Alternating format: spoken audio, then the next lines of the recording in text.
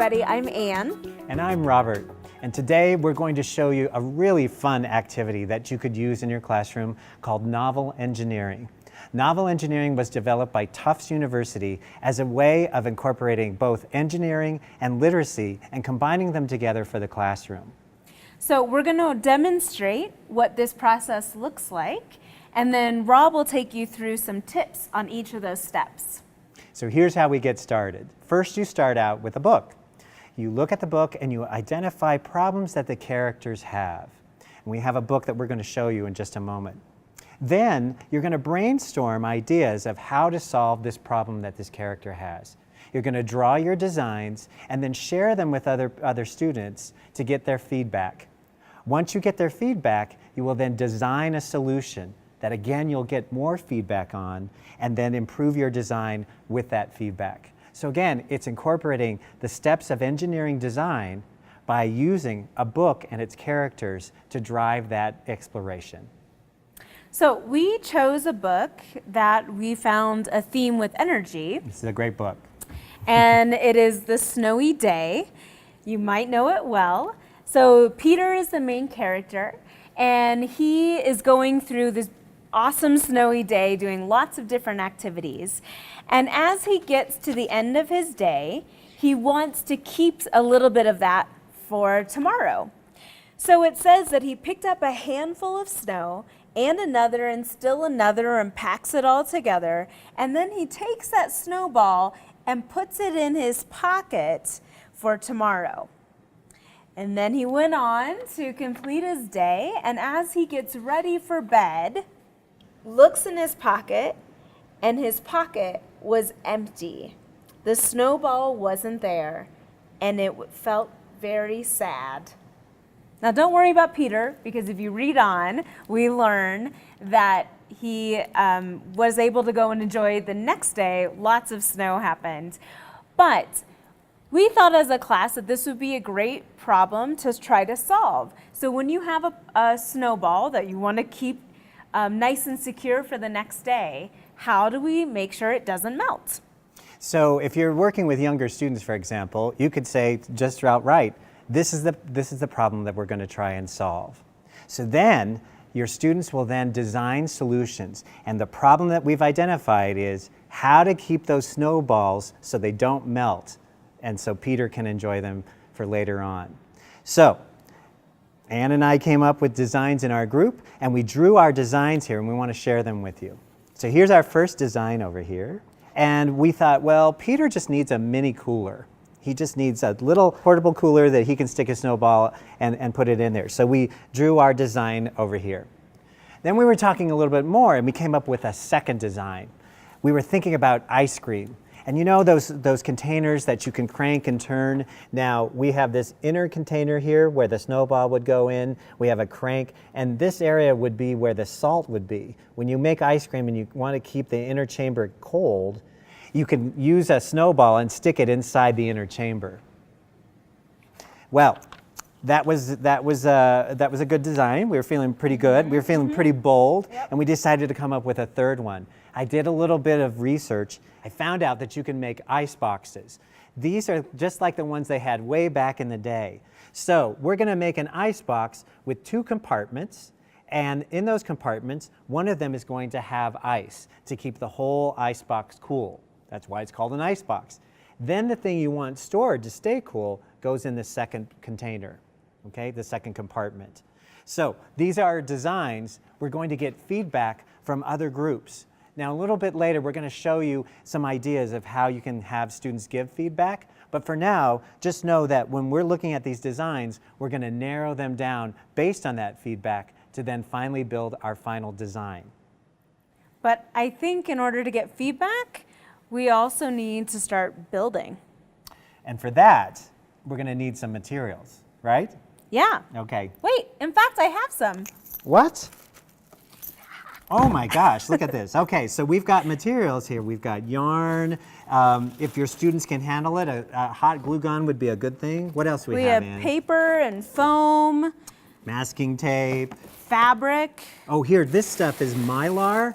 I just found this in storage. That might come in handy. Oh, and don't forget, some moss. you couldn't do it without moms. And we have scissors and glue and a whole bunch of other materials. Anything that's in your classroom, other art supplies, those are things, cardboard, that would be a good thing to have as well. So I think we're ready to start building. Let's do it. Okay.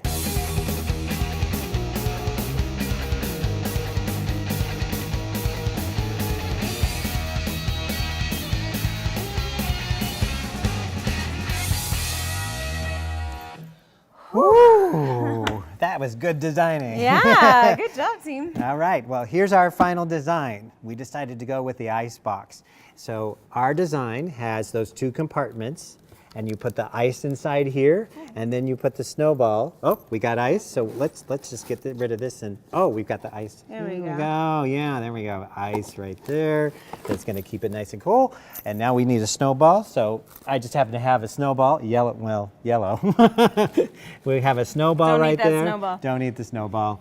And now we've got a nice, cool ice box. We can keep it in there, and Peter will be happy because when he opens it up, he'll have his snowball again.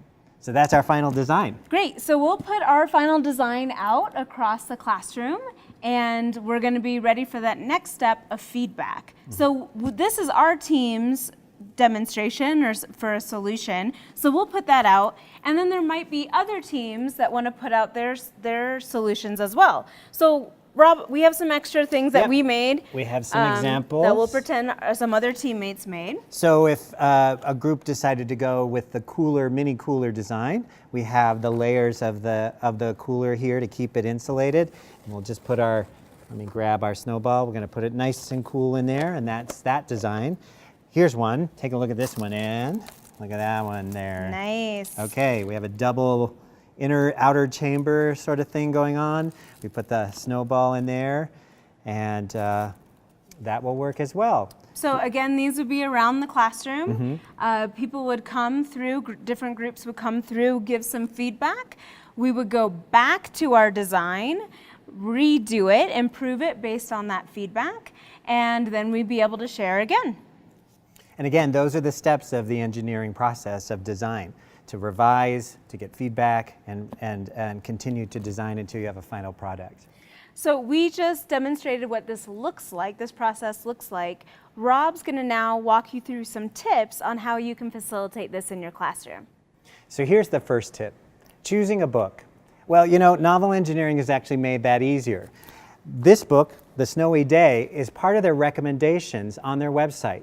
So you can go to their website for suggested books and also suggested problems and solutions that you can use in your classroom.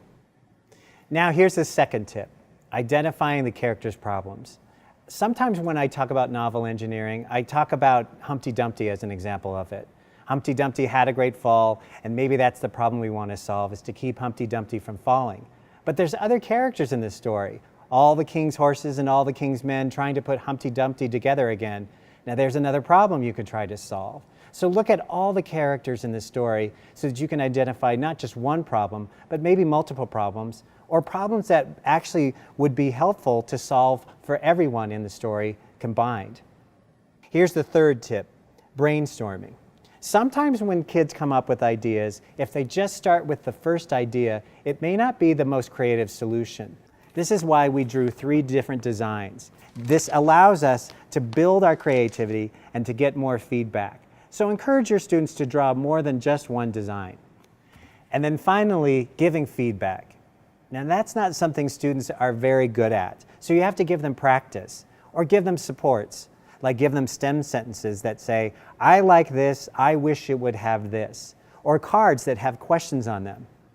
Also consider about how students move from one design to the next. We have a way called 2 stay, 2 stray. If we're in a group, 2 of us are going to stay to explain our design, and 2 people are going to stray to give feedback to other groups.